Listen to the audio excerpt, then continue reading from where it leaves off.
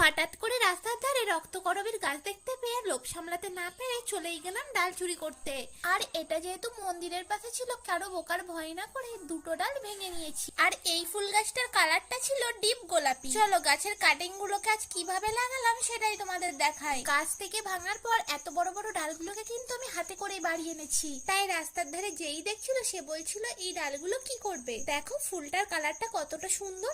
এবার চলো ডালগুলোকে কেটে নিই। এই ডালগুলোর মধ্যে কিছু ডাল রাখবো জলের মধ্যে আর কিছু ডাল লাগাবো বালির মধ্যে। তাই কয়েকটা ডালকে আমি মগের মধ্যে জল নিয়ে তার মধ্যে ডুবিয়ে দিচ্ছি। এবার চলো বাকি ডালগুলোকে বালির মধ্যে লাগিয়ে দিই।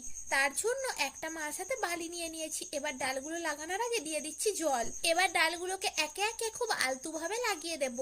আর লাগানোর আগে রুড হরমোন হিসেবে আমি কিন্তু অ্যালোভেরা জেল লাগিয়ে নিয়েছি। সব ডালগুলি লাগানো হয়ে গেলে রেখে দেবো ছায়ার মধ্যে।